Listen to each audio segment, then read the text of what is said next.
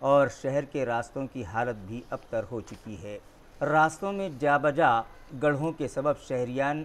حادثات کی زد پر ہیں اور وہ ہڈیوں کے مختلف امراض اور اعضاء شکنی کا شکار ہونے لگے ہیں۔ آپ جو تصاویر دیکھ رہے ہیں وہ چمپا چوک اور امام احمد رضا روڈ کی ہیں، جو گڑھوں میں تبدیل ہو کر رہ گئی ہے، مگر متعلقہ انتظامیہ کو اس کی کوئی پرواہ نہیں ہے۔ آج صبح ضلع کے 157 افراد میں کورونا کے جراثیم پائے گئے، جس کے بعد ایکٹیو مریضوں کی تعداد 4604 ہو گئی ہے، جن کا مختلف دواخانوں میں علاج جاری ہے۔ ضلع انتظامیہ سے موصولہ اطلاع کے مطابق آج صبح ضلع کے 157 شہریان کی رپورٹ کورونا کے لیے پازیٹیو آئی ہے، جس کے بعد جملہ متاثرین کی تعداد 20,596 ہو گئی ہے، جن میں سے 15,363 مریض علاج کے بعد تندرست ہو گئے ہیں، جنہیں ڈسچارج دیا جا چکا ہے، جبکہ 629 مریض جاں بحق ہو گئے ہیں اور فی الحال 4,604 مریضوں کا مختلف دواخانوں میں علاج جاری ہے۔ آج صبح جن 157 شہریان کے کورونا میں مبتلا پائے جانے کی تصدیق ہوئی ہے، ان میں سے 93 مریض AMC حدود کے ہیں، جبکہ 64 کا تعلق دیہی مقامات سے ہے۔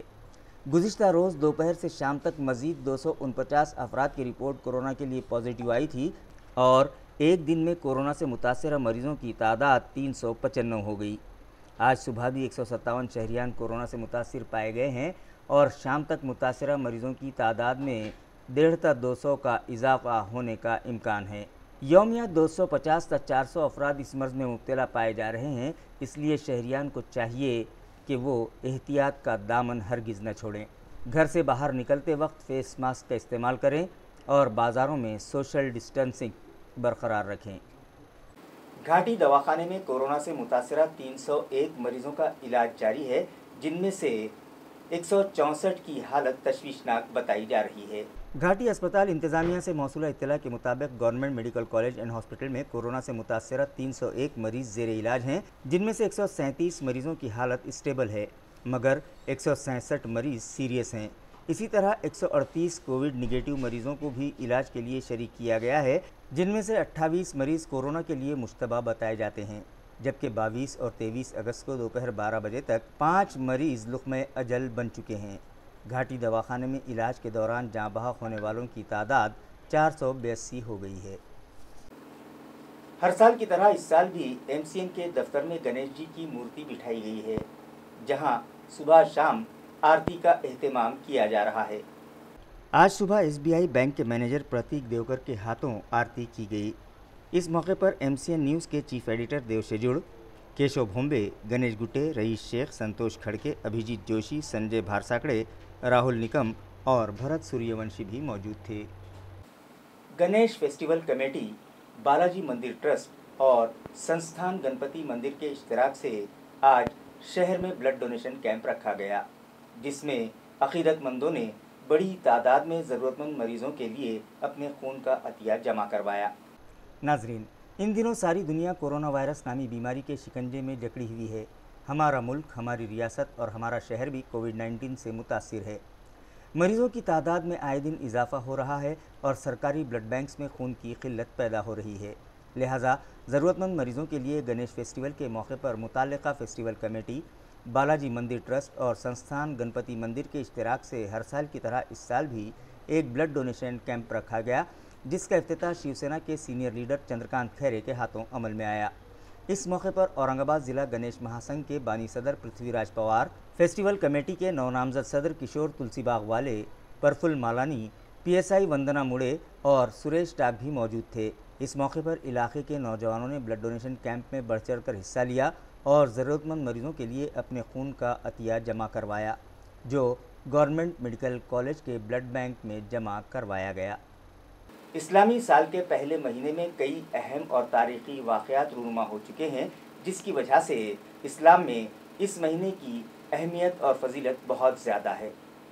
آئیے دیکھتے ہیں اس سلسلے میں کیا کہتے ہیں مولانا ڈاکٹر صدر الحسن مدنی ندوی۔ الحمدللہ رب العالمین والصلاة والسلام علی محمد بن عبداللہ الامین وعلی آلہ وصحبہ اجمعین ومن تبعہم بإحسان الی یوم الدین۔ محترم سامعین،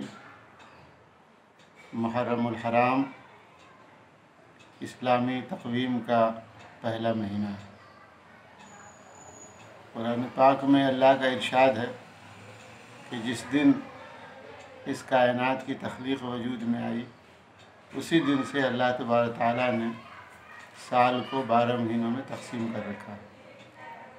اور یہ سلسلہ قیامت تک جاری رہے گا۔ اس عربی مہینے کا پہلا نام محرم الحرام ہے، اور یہ مہینہ اللہ تبارک تعالیٰ کے نزدیک اور اللہ کے رسول کی شریعت میں بہت متبرک ہے۔ جب حضور اکرم صلی اللہ علیہ وسلم ہجرت کر کے مدینہ منورہ تشریف لائے اور آپ کا قیام رہا، پھر آپ کی وفات ہوئی، تو حضرت عمر رضی اللہ تعالیٰ عنہ کے زمانے میں یہ مسئلہ صحابہ کرام کے سامنے آیا کہ ہجری تقویم کی، ہجری جنتری کی، کیلنڈر کی ابتدا کس مہینے سے کی جائے۔ بعض صحابہ کرام نے مشورہ دیا کہ اللہ کے رسول کی ولادت سے اس مہینے کا آغاز کیا جائے،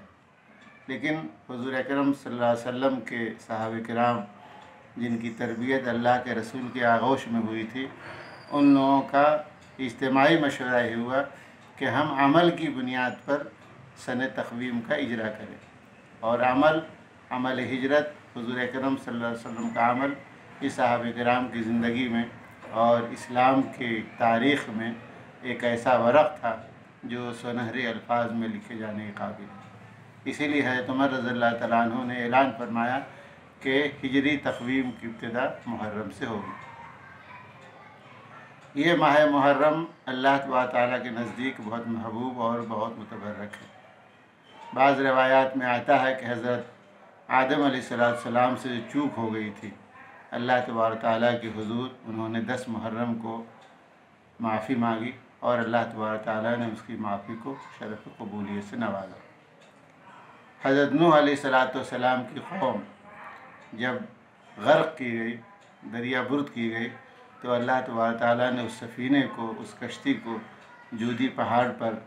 جب ٹھہرایا تو بھی 10 محرم کا دن تھا۔ اسی طرح حضور اکرم صلی اللہ علیہ وسلم جب مکہ مکرمہ سے مدینہ منورہ تشریف لائے تو وہاں مسجد قباء جہاں آج موجود ہے اس کے قریب یہودیوں کی آبادی تھی، اور وہ لوگ 10 محرم کا روزہ رکھتے تھے۔ حضور اکرم صلی اللہ علیہ وسلم نے ان سے پوچھا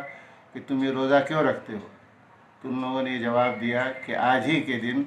حضرت موسیٰ علیہ السلام اور ان کی قوم کو، یعنی ہم یہودیوں کو، اللہ تبارک تعالیٰ نے فرعون کے ظلم سے، فرعون کی استبداد سے اور اس کے غیر قانونی قتل سے ہمیں نجات دی تھی، اس لیے ہم اللہ تبارک تعالیٰ کے شکر کے طور پر اس دن کا روزہ رکھتے ہیں۔ تو حضور اکرم صلی اللہ علیہ وسلم نے ارشاد فرمایا کہ ہم تو اس کے زیادہ مستحق ہیں، اس لیے کہ ہمارا بھی تعلق سلسلہ نبوت کی اسی طلائی کڑی سے ہے کہ اگر اللہ تبارک تعالیٰ نے آئندہ سال زندہ رکھا تو ہم 9 اور 10 2 دنوں کا روزہ رکھیں۔ اس کی بنیادی وجہ صحابہ کرام کو اللہ کے رسول نے بتائی کہ ہمیں یہودیوں کے اور عیسائیوں کے طریقے پر عمل کرنے سے روکا گیا ہے،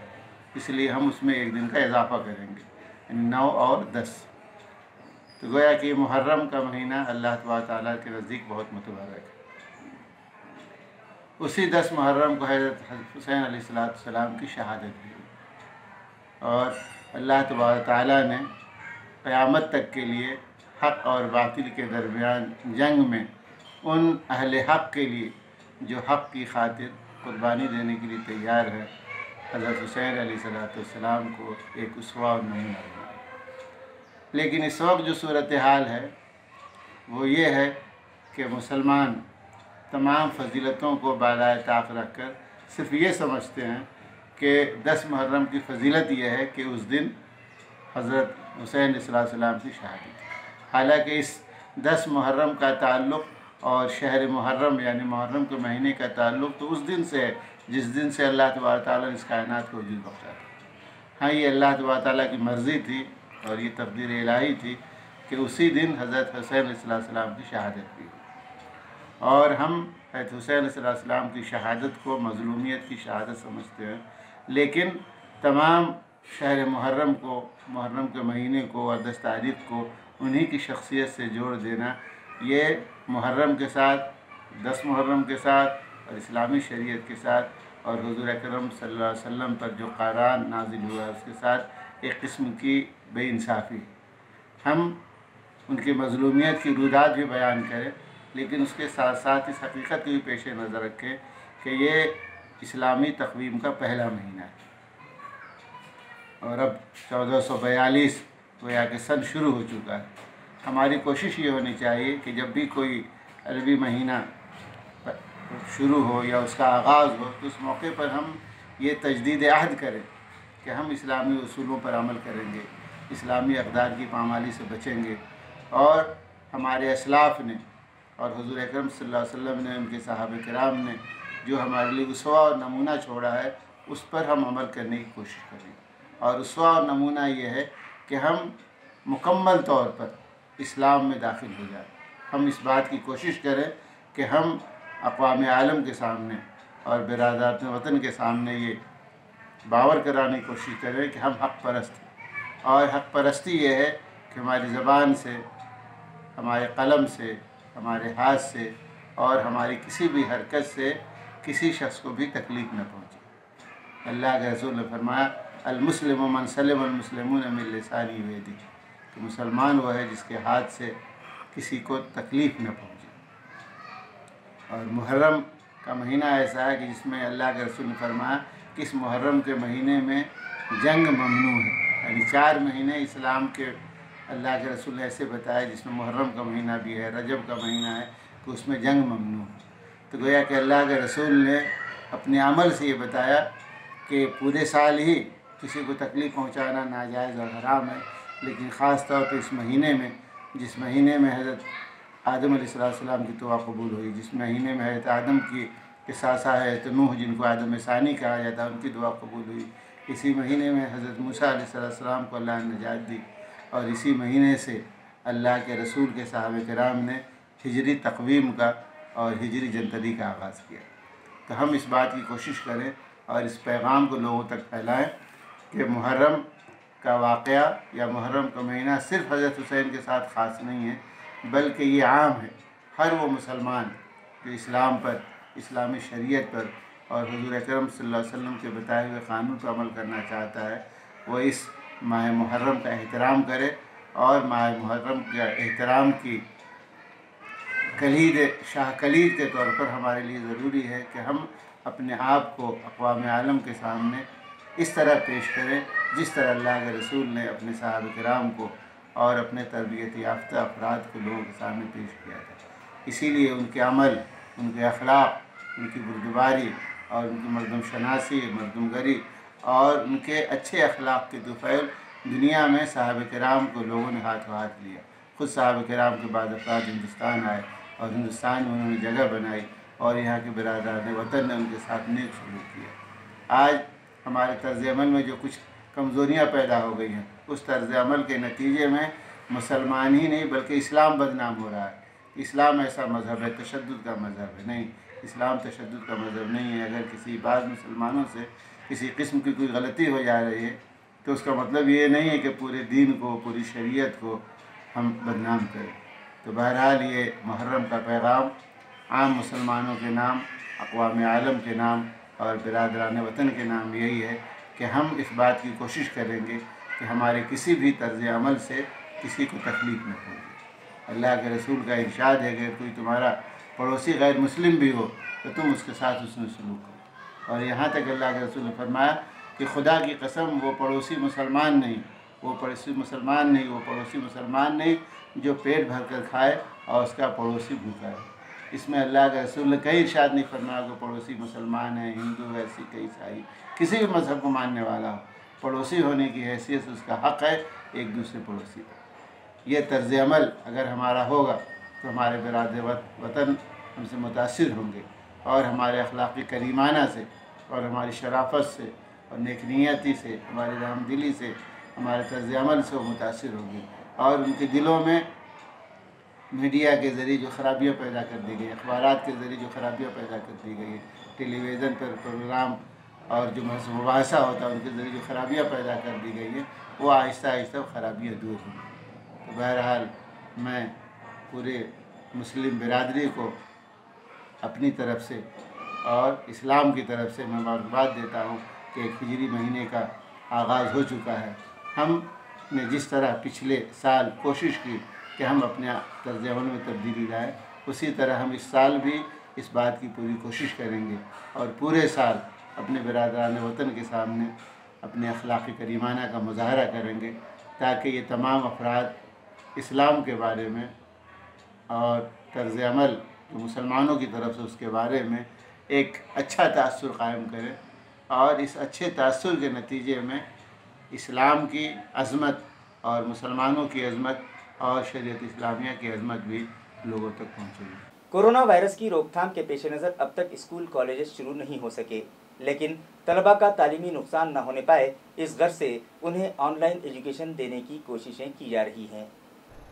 ناظرین، کورونا وائرس کی روک تھام کے پیش نظر اب تک اسکول کالجز شروع نہیں ہو سکے، لیکن حکومت نے تعلیمی سال کا آغاز کر دیا اور آن لائن ایجوکیشن پالیسی اختیار کرنے کی ہدایت متعلقہ انتظامیہ کو دی. آن لائن ایجوکیشن حاصل کرنے میں اسکولی طلباء کو مشکلات کا سامنا ہے کیونکہ ان لوگوں کے پاس اینڈرائڈ موبائل فون نہیں ہوتا، جبکہ آن لائن ایجوکیشن کا فائدہ کالج کے طلباء کو آسانی سے ہو سکتا ہے. کالج کے ہر اسٹوڈنٹ کے پاس اینڈرائڈ موبائل فون ہے، لہٰذا آن لائن ایجوکیشن کے تحت doctor Rafiq Zakaria college for womens Naukhanda کے سیکنڈ لینگویج عربی کے لیکچرر ڈاکٹر مولانا محمد عبدالسمیع ندوی نے 12ویں جماعت کے طلباء کے لیے من القرآن الکریم کے عنوان سے لیکچر سیریز شروع کی ہے، جو طلباء کی سہولت کے لیے یوٹیوب پر بھی ڈالی گئی ہے. 12ویں جماعت کے وہ طلباء جنہوں نے سیکنڈ لینگویج عربی منتخب کی ہے وہ اس لیکچر سیریز سے استفادہ کر سکتے ہیں. حدیث کی روشنی میں جو ہوتا ہے السلام علیکم ورحمۃ اللہ وبرکاتہ، جیسا کہ آپ نے سنا ہوگا کہ مکمل 40 نیکیاں ملتی ہیں سلام پیش کرنے پر. سلام کرنا سنت ہے لیکن سلام کا جواب دینا واجب ہے. اسی واسطے فضیلت اس شخص کے بارے میں ہے خیرکم من بدأ بالسلام، کہ تم میں بہترین شخص وہ ہے جو سلام کرنے میں پہل کرے. اسٹریٹ وینڈر ایکٹ 2004 کے تحت شہر میں پھیری والوں کا سروے کرنے کے لیے مقررہ میعاد میں میونسپل ایڈمنسٹریٹر آستک کمار پانڈے نے 7 دنوں کا اضافہ کیا ہے، لہٰذا آج چھٹی کے دن بھی متعلقہ ملازمین شہر میں سروے کرتے دکھائی دیے. واضح ہے کہ اسٹریٹ وینڈر ایکٹ 2004 کے تحت پھیری والوں کا رجسٹریشن کرنے کے لیے اے ایم سی انتظامیہ نے 17 اگست سے شہر میں سروے شروع کروایا تھا، جس کی آخری تاریخ 21 اگست مقرر کی گئی تھی، مگر مختلف وجوہات کے سبب مقررہ میعاد میں متعلقہ ملازمین صرف 5254 پھیری والوں کا ہی رجسٹریشن کر پائے، جبکہ شہر میں پھیری والوں کی تعداد 40,000 سے زائد ہے. لہٰذا میونسپل ایڈمنسٹریٹر آستک کمار پانڈے نے سروے کی میعاد میں 7 دن کا اضافہ کیا ہے، لیکن 22 اگست سے گنیش فیسٹیول کا آغاز ہوا ہے، اس لیے گزشتہ روز سروے نہیں کیا جا سکا اور آج اتوار کی چھٹی ہونے کے بعد بھی میونسپل ملازمین شہر بھر میں سروے کرتے دکھائی دیے. ناظرین، ایس ٹی بس سے سفر کرنے والے مسافروں کا اینٹیجن ٹیسٹ کرنے کے معاملے پر ایس ٹی انتظامیہ اور میونسپل کارپوریشن آمنے سامنے دکھائی دینے لگے ہیں. 2 روز قبل میونسپل عملے نے سینٹرل بس سٹینڈ اور سڑکو بس سٹینڈ پر اینٹیجن ٹیسٹ کیمپ لگانے کی کوشش کی، مگر ایس ٹی ملازمین نے انہیں وہاں کیمپ لگانے سے روک دیا. ناظرین، کورونا وائرس کی روک تھام کے لیے نافذ لاک ڈاؤن مرحلہ وار ختم کیا جا رہا ہے، جس کے تحت پوری ریاست میں حال ہی میں inter district S T bus service شروع کی گئی ہے، جس کی وجہ سے مختلف اضلاع سے بڑے پیمانے پر ایس ٹی بس کے ذریعے مسافر اورنگ آباد پہنچ رہے ہیں. لہٰذا ان مسافروں میں کورونا کی جانچ کے لیے گزشتہ جمعہ کو میونسپل ملازمین نے سینٹرل بس سٹینڈ اور سڑکو بس سٹینڈ پر اینٹیجن ٹیسٹ کیمپ لگانے کے لیے جگہ ڈھونڈنے کی کوشش کی اور سڑکو بس سٹینڈ پر کیمپ بھی شروع کر دیا، مگر ایس ٹی انتظامیہ نے اس پر اعتراض جتایا اور میونسپل ہیلتھ ملازمین کو بتایا کہ ایس ٹی بس سے سفر کرنے والے مسافروں کا اینٹیجن ٹیسٹ کرنے سے متعلق حکومت نے کوئی ہدایت نہیں دی ہے، لہٰذا وہ پہلے کیمپ شروع کرنے کے لیے انہیں تحریری مکتوب دیں. عثمانپورہ میں واقع کلا شانتی اپارٹمنٹ میں جاری حقہ پارلر پر کرائم برانچ پولیس نے چھاپہ مارا اور 12 افراد کو حراست میں لے لیا۔ پولیس ذرائع سے ملی اطلاع کے مطابق متین خان جاوید خان نامی شخص نے اپنے چچازاد بھائی اکرم خان کی بلڈنگ کرائے پر حاصل کی اور وہاں حقہ پارلر شروع کر لیا۔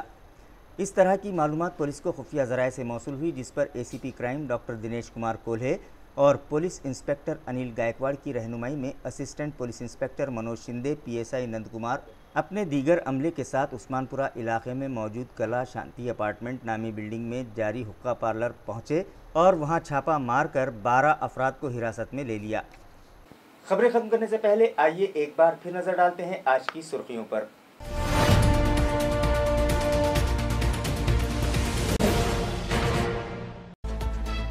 پڑوسن سے ہوئی معمولی تکرار سے دل برداشتہ ہو کر ایک شخص نے ٹرین کے سامنے چھلانگ لگا کر لی خودکشی۔ سوسائڈ نوٹ کی روشنی میں 4 افراد کے خلاف مکندواڑی پولیس اسٹیشن میں کیا گیا کیس درج۔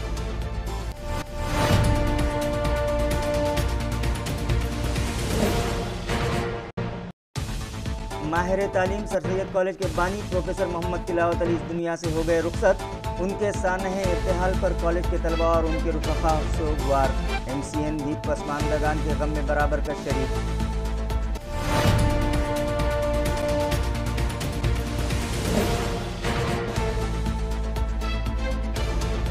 میونسپل افسران کی طوطا چشمی کے سبب شہر کے بیشتر راستے ہوئے گڑھوں میں تبدیل، مگر دعویٰ ہے اسمارٹ سٹی ہونے کا۔ آخر کہاں خرچ ہو رہا ہے حکومت سے موصولہ سینکڑوں کروڑ روپیوں کا فنڈ؟ شہریان کا سوال۔